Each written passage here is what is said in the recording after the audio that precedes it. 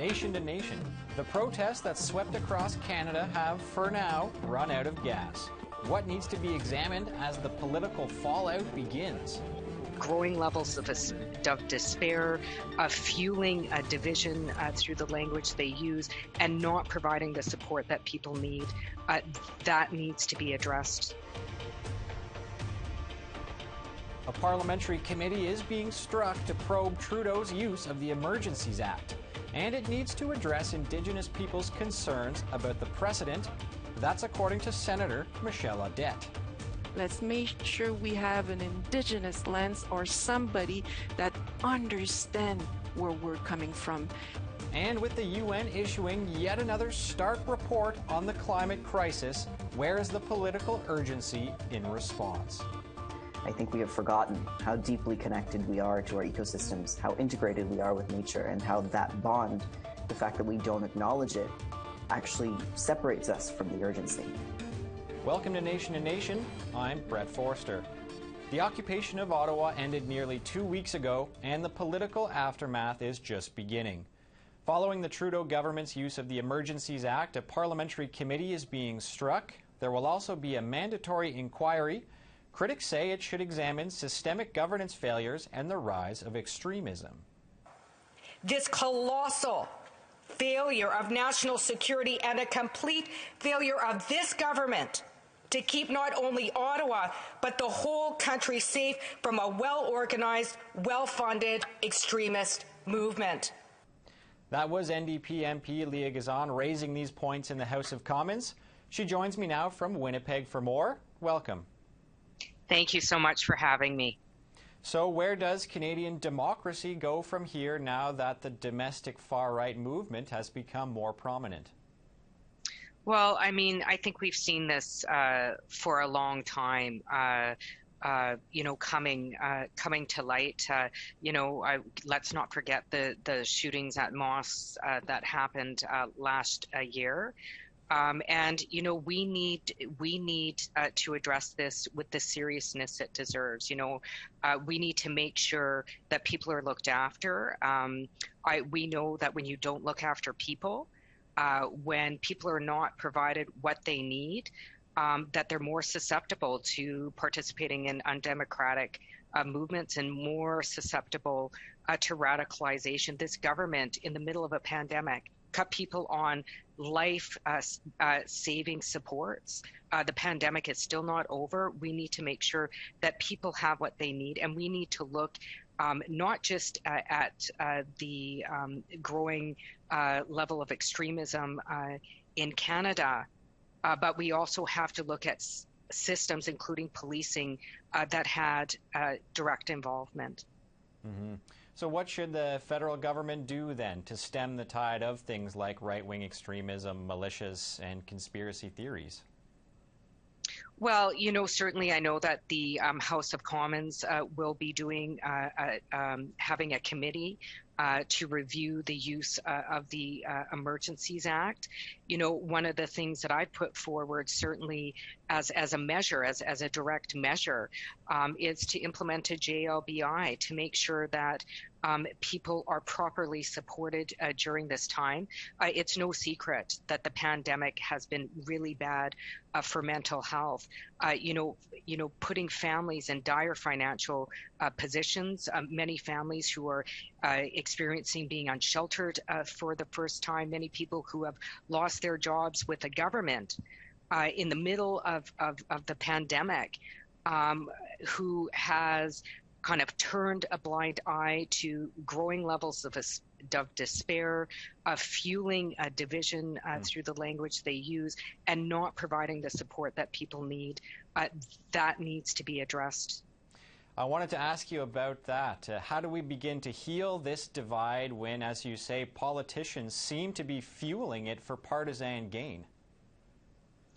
Well, our party and certainly many of my colleagues have put forward tangible solutions to assist people who feel deep despair. I put forward a bill, Bill C-223, in support of implementing a permanent guaranteed livable basic income. My colleague on the Senate side, Kim Pate, has put forward exactly the same bill with exactly the same wording as one way to assist people coming out of the pandemic. And I think providing people what they need. You mentioned the committee that's being struck a little earlier. Do you think the appearance of preferential policing for the convoy is something Parliament or an inquiry needs to look at? Well, 100%. I mean, it's very, very obvious. Look at how, people were treated in Wet'suwet'en Territory.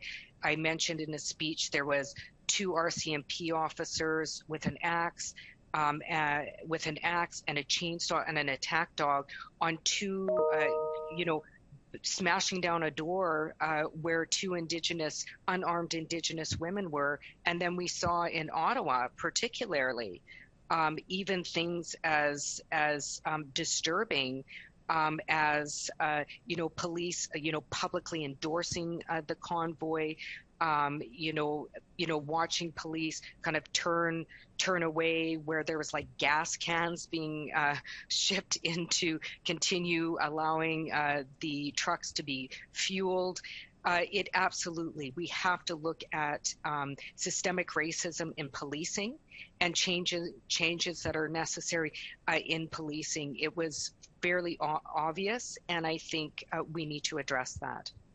Well, you've got economic inequality there and systemic racism. What else needs to be examined so that the Emergencies Act isn't needed to quell unrest in the future?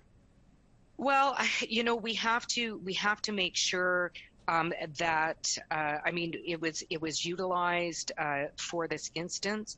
My concern is that we ensure that things are put in place so that it doesn't go after, for example, environmentalists or Indigenous land and water protectors, that it's not misused in the future, and that this precedent is not used, for example, to infringe further on the rights of Indigenous peoples defending their rights, particularly to unceded territories.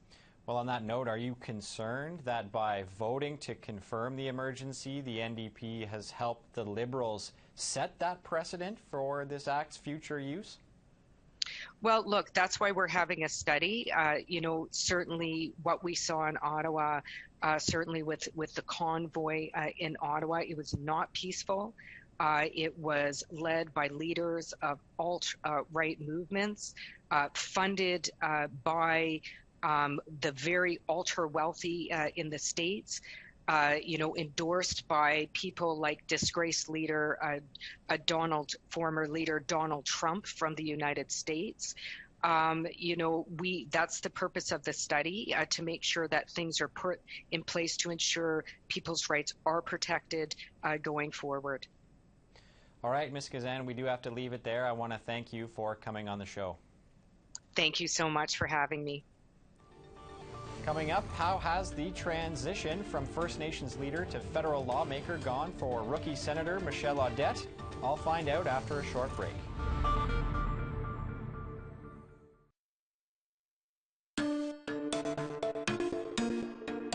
Welcome back.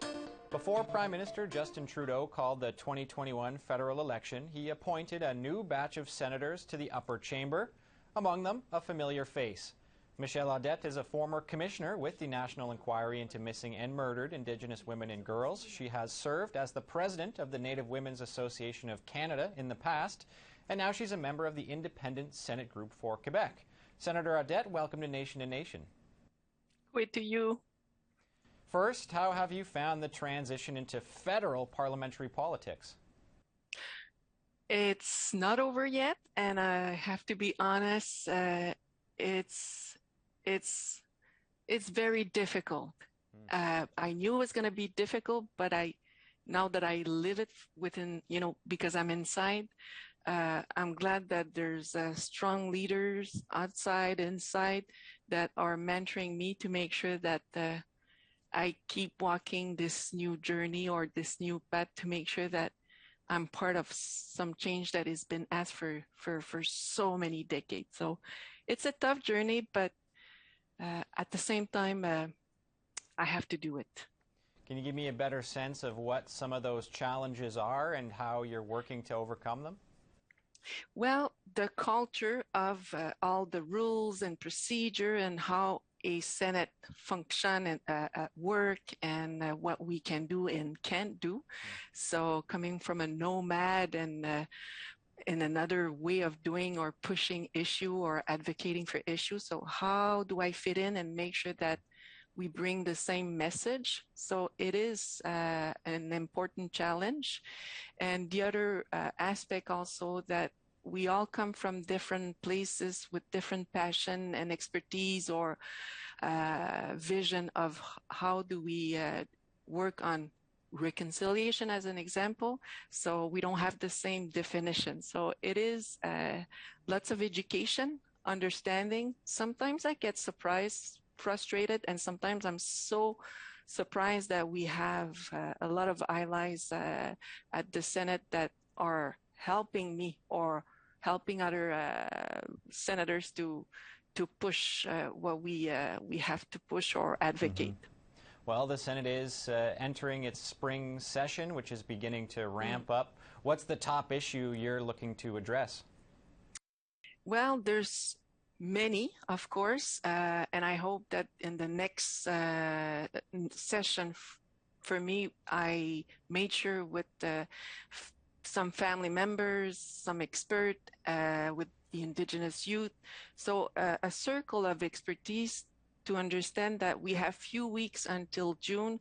What can we advocate? So of course, the MMIWG call for justice is a top priority.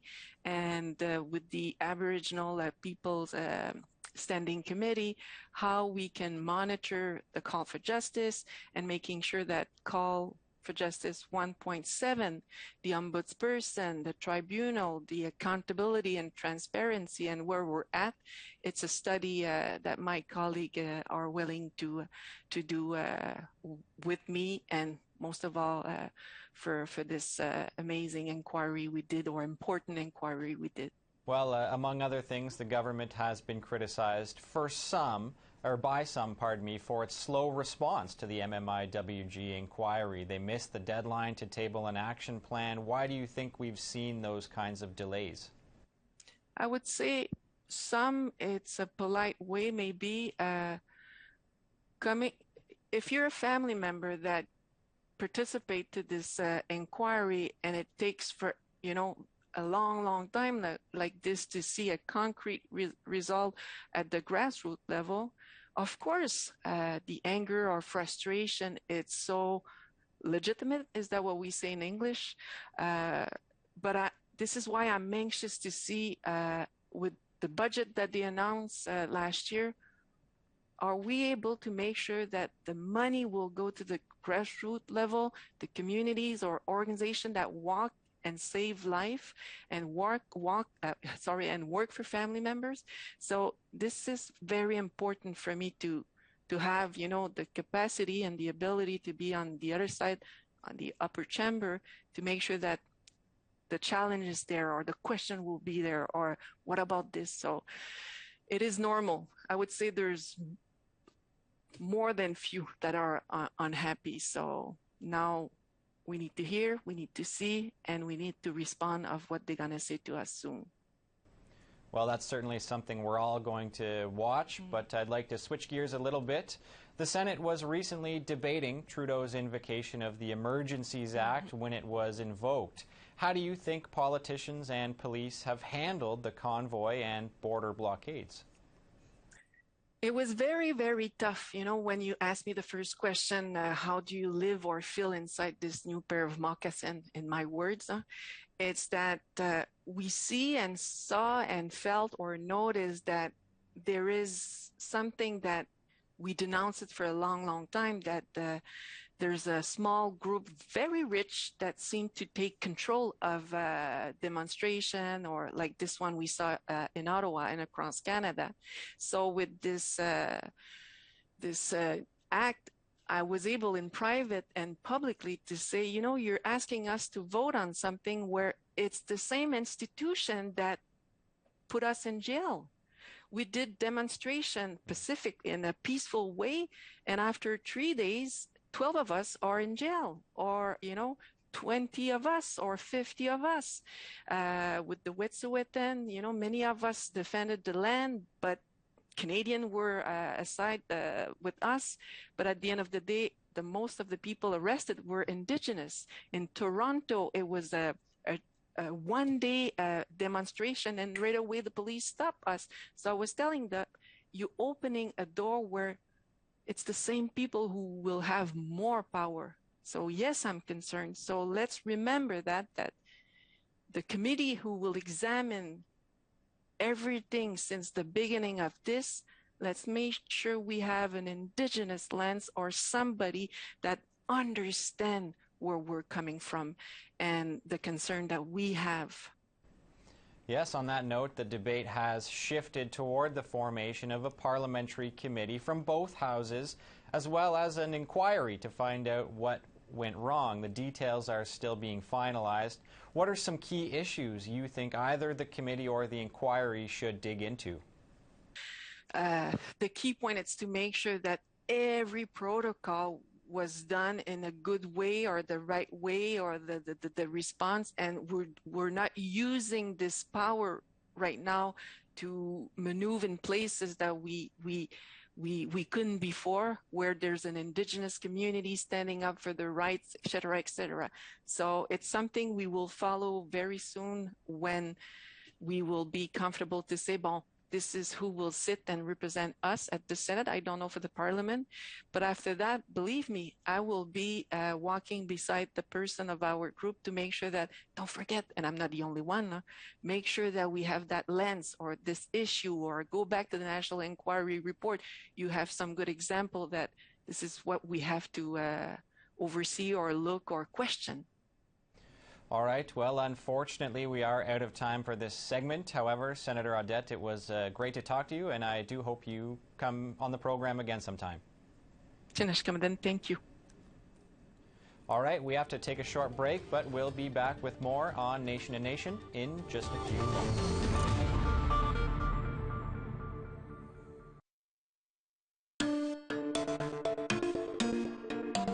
Welcome back. Earlier this week, the United Nations issued yet another dire warning to humanity. The climate crisis is here, many impacts will be irreversible, and Indigenous people are most vulnerable.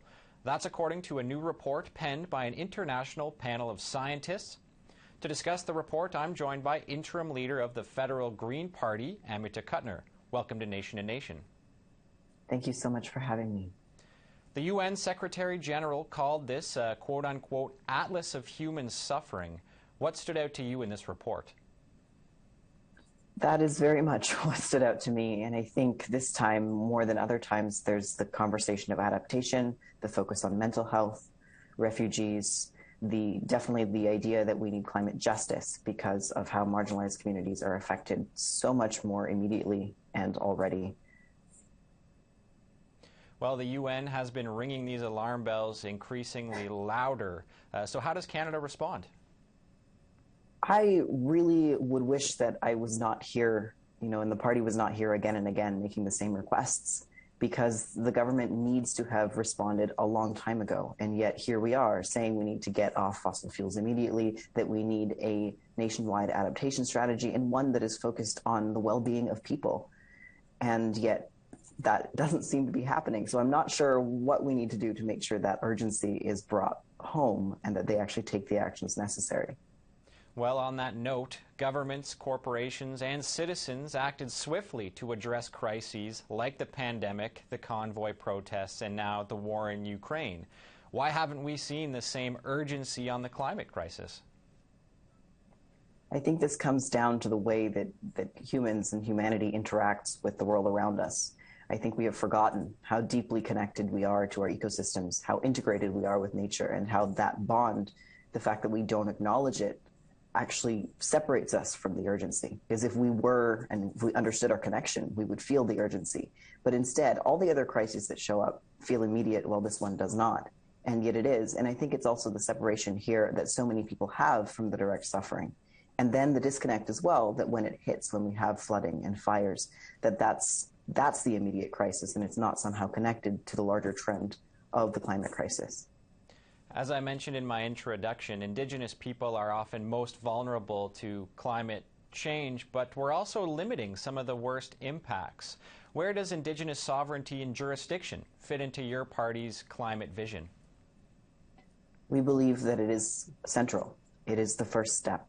Climate justice, justice for Indigenous peoples, and also returning of this land needs to be primary. The understanding that the stewardship of this land, as you just mentioned, the fact that it is Indigenous people that are making sure that ecosystems and we are actually prepared for the coming impacts as the climate changes.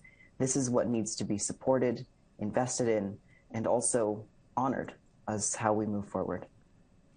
I should also note that some First Nations groups do want to pursue natural resource development. Does the Green Party respect Indigenous jurisdiction to do that?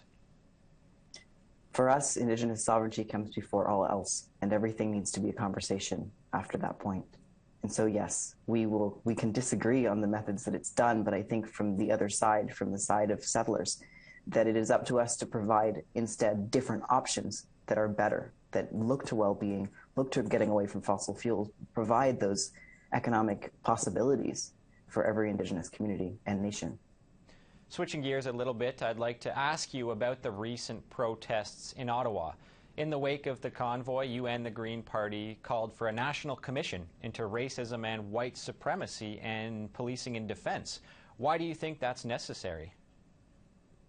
Well, our entire state, as it is founded on colonialism and white supremacy and is perpetuating genocide. And therefore, it is deeply structured into every system. And we saw the way that police responded to the convoy, the people occupying Centertown in Ottawa and other places, with such gentleness that is never afforded to other people standing up for their rights, and especially marginalized Indigenous people of color. And so this difference is stark, and it is evidence of white supremacy. And also, I think in this, there is separating the convoy to the frustrations of many people that need to be addressed, but the fact that this itself was such an affront, really, such an experience to be born. Well, the Emergencies Act, which was invoked by the Liberals and then revoked a little while later, does force the government to order an inquiry. Should this be a public inquiry, and what should its mandate be? Well, I believe its mandate should be very carefully checking over everything that was done and digging into the things that I think the public was probably never getting to see about what was going on. I certainly don't know all the details that security and intelligence had, but going over that information, seeing if this was the right action, but then also making sure that we are prepared in the future for any such instance again, with recommendations of how situations like this can be attended to. Amita Kuttner is the interim leader of the Federal Green Party and an astrophysicist. I want to thank you for coming on Nation to Nation. Thank you so much for having me, Brett. And that wraps up tonight's episode of Nation to Nation. I'm your host, Brett Forster. Thanks for watching, and I'll see you next week.